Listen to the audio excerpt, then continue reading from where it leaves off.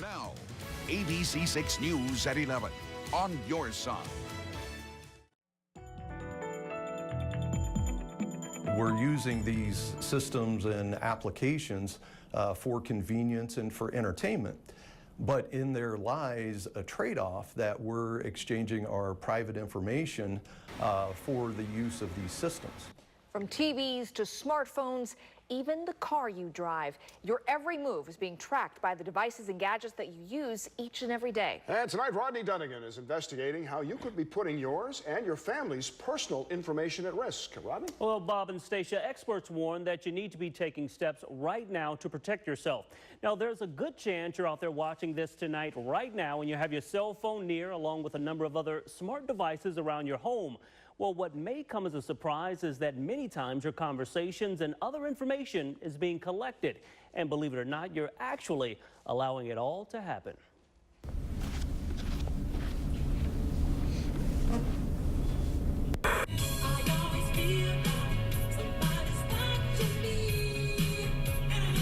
Pop star Rockwell may have been onto something. Do you ever feel like someone or something is watching you?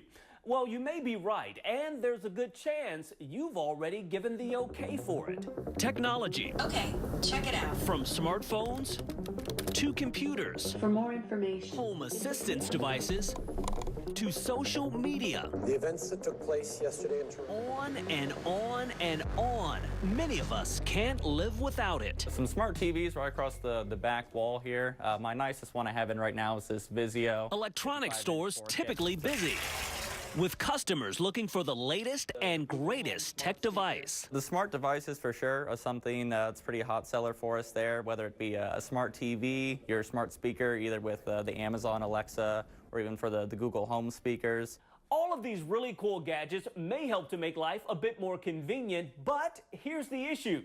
Experts say this convenience may be costing you a bit of your privacy. There's a general lack of awareness. Lowell Bowdle is the president of cybersecurity business Assurance Group and author of the book Sitting Duck, something he says many folks are and simply don't know it. The information that we freely input into these systems, the personal information that we share about ourselves, our families, our friends, is actually being stored and used to commoditize and market to us at a later date. Here's a great example of that. Have you ever rolled through your Facebook feed and noticed an advertisement that seemed like it was meant just for you? Maybe you've just been talking about it with your friends. If so, you're certainly not alone. We were just talking about like the Cleveland Cavs like on my news feed, and then like there was like an ad banner that was like, oh, like come buy tickets for the Cavs.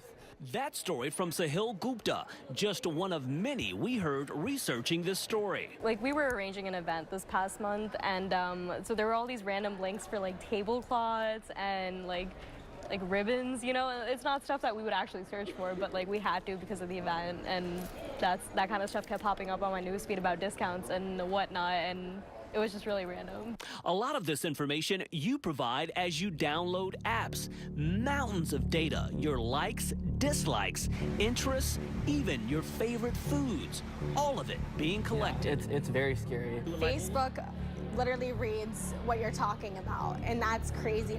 I mean, I have everything. I have like Facebook, Instagram, Twitter, Uber. Uber's really creepy, actually, because they like track your location all the time. Bowdle tells us when you freely give away your information to apps, home voice assistants, even your smart TV, don't forget it's being collected and stored, and you have no idea who's getting their hands on it. He says that even includes some of those high-tech toys with cameras and microphones that talk to your kids. It's elevating and raising the awareness that's important. For its part, Facebook claims it's not listening to you, only gaining access to your microphone when you give the app permission, like when you use Facebook Live. However, several people we spoke with, including security experts, aren't so sure. Facebook claims that the mic is only activated on your phone within the Facebook app if you're doing video. Now, is that completely truthful? we don't know, right? Yeah. Here are a few important things to remember. When using Facebook Live, or anything on Facebook for that matter, make sure you check those settings to ensure you're setting those privacy barriers. Amazon and Google say their Echo and Home devices only record when you wake them up. Like saying, Alexa, are you spying on me? I only send audio back to Amazon when I hear you say the wake word. They insist they stop recording once you complete your command, but to keep it safe, if it's not in use, you may want to simply turn it off. If you don't feel comfortable giving apps access to your phone, this one's simple. Don't download them. Just completely deactivating from Some we spoke with so concerned they're taking a bit of a break from all the technology, at least as much as they can. Made more sense for me to deactivate and disconnect to reconnect, you know what I mean? That's my little philosophy. Bowdle wants tech users to realize when you activate them, you're always giving away something. We're using these systems and applications for convenience and for entertainment. But in there lies a trade-off that we're exchanging our private information for the use of these systems. A word of warning as the devices you watch may take a peek back at you as well. Now, it's actually taking a bit of time for privacy laws to catch up with all of the changes in technology. Many of these issues are now being discussed by the Federal Trade Commission and members of Congress as they try to pass better laws to protect consumers. And obviously, a lot of folks concerned about this.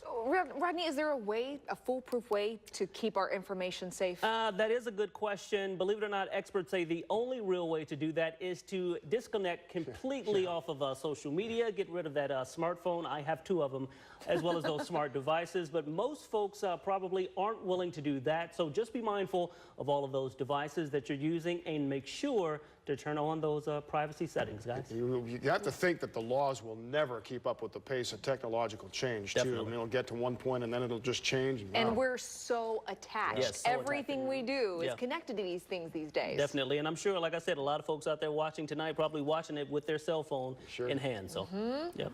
I'm boring. Ignore me. Oh, man. Thanks, Rod. Yeah, no problem. You know, how many times a day do you wake it up and talk to? Even just to ask it, because hey, how's it look outside? What's the temperature? You know, just a quick check. Without even looking at it, you talk to it, and you've just given it information. And it's collecting all of that stuff. So. That's great information. Thanks, Rod. No problem.